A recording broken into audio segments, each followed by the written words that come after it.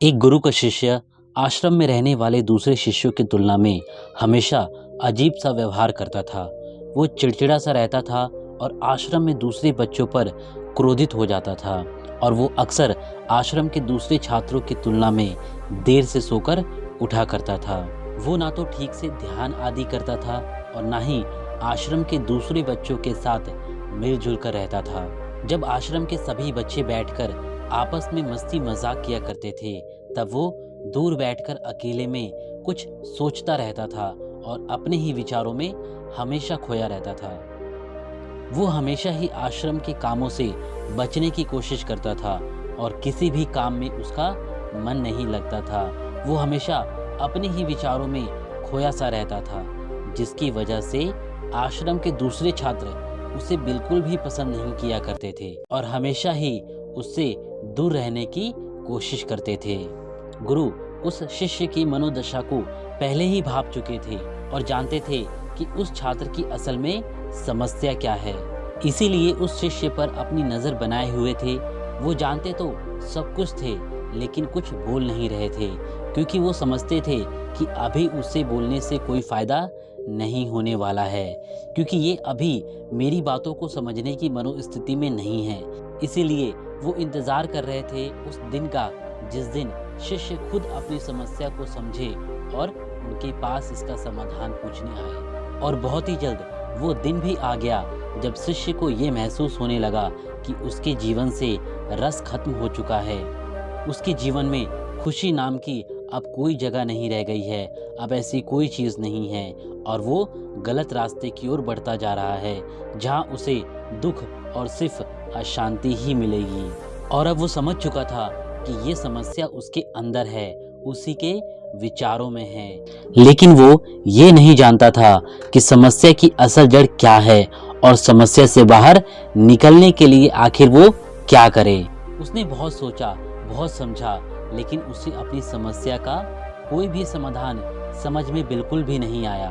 अंत में उसने अपने गुरु के पास जाने का निर्णय लिया और अपने गुरु के पास गया और बोला, हे गुरुदेव, मैं अपनी जिंदगी से तंग आ चुका हूँ। मुझे अपने जीवन में कोई रस, कोई आनंद नहीं आता, जीवन का कोई सार ही नहीं नजर आता, मेरे जीवन का कोई लक्ष्य ही नहीं है। मैं जब भी खुद को देखता हूँ तो खुद को लक्ष्यहीन और उदासहीन पाता हूँ।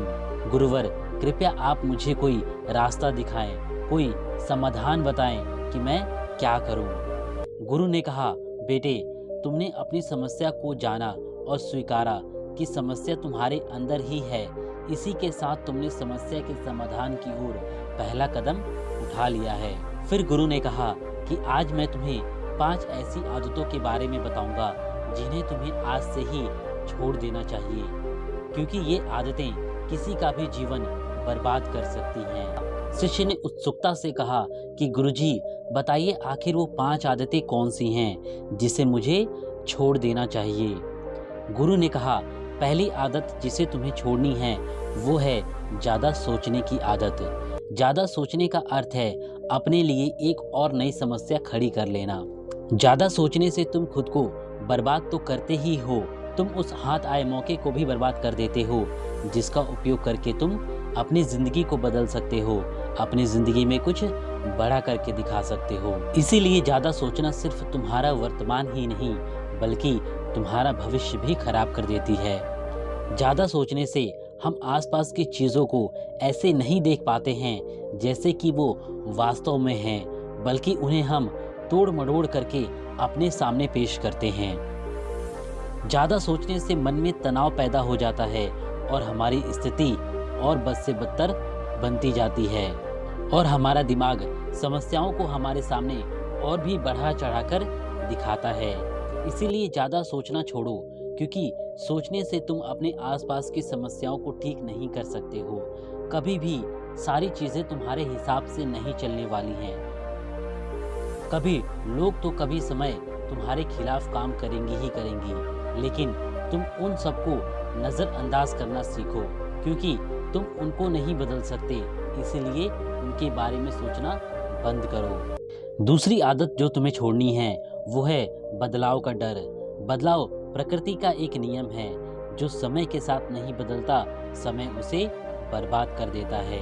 हमें हमेशा अपने जीवन में आने वाले नए बदलावों के लिए तैयार रहना चाहिए। हालांकि हमें खुद को बदलना या बदलाव को स्वीकार करना हमेशा आसान नहीं होता, लेकिन बहुत से नए बदलाव और परिस्थितियों का सामना करने के बाद तुम्हें ये महसूस होना शुरू हो जाएगा कि बदलाव एक ऐसी चीज़ है जिसे थोड़े से प्रयास और नए सीखों के साथ स्वीकार किया जा सकता है, और ज़्यादातर बदलाव हमारे लिए अच्छे ही होते हैं।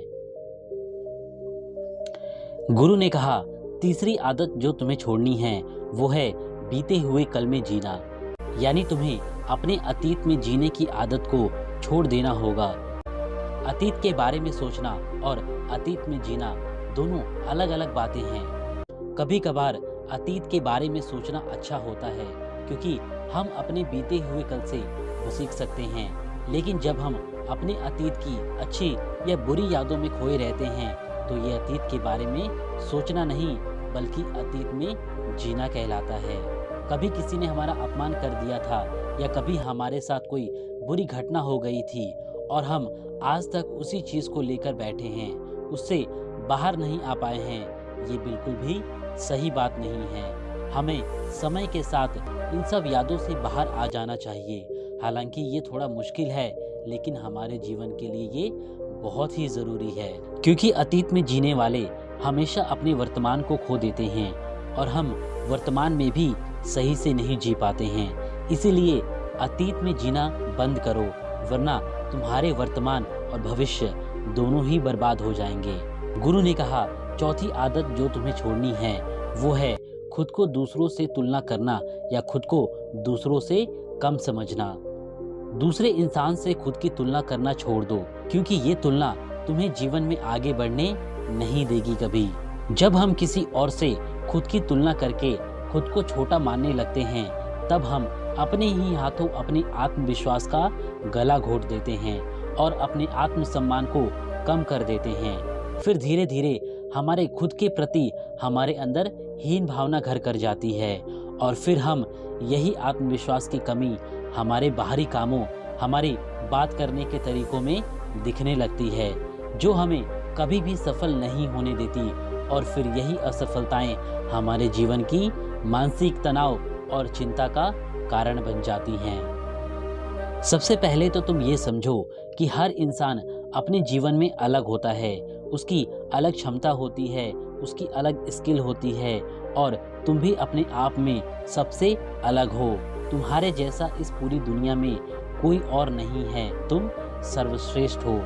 इसीलिए तुम्हें अपने आप पर गर्व होना चाहिए कि तुम इस दुनिया में सबसे अलग हो। इसीलिए खुद पर विश्वास करो, खुद के जैसा बनने की कोशिश करो, ना कि दूसरों के जैसा बनो। पांचवी और सबसे इम्पोर्टेंट बात है कि हर इंसान को खुश करने का प्रयास करना बंद करो। अगर तुम हर इंसान को खुश करने का प्रयास करते रहोगे तो तुम खुद हमेशा दुखी ही रहोगे। तुम चाहे कितना भी प्रयास कर लो, तुम कभी भी सबको खुश नहीं रख पाओगे। इसीलिए हमेशा खुद की सुनो, अपने दिन को खुशी से जियो। बनावटी इंसान बिल्कुल भी मत बनो, क्योंकि बनावटी और दिखावा करने वाला इंसान हमेशा दुखी ही रहता है।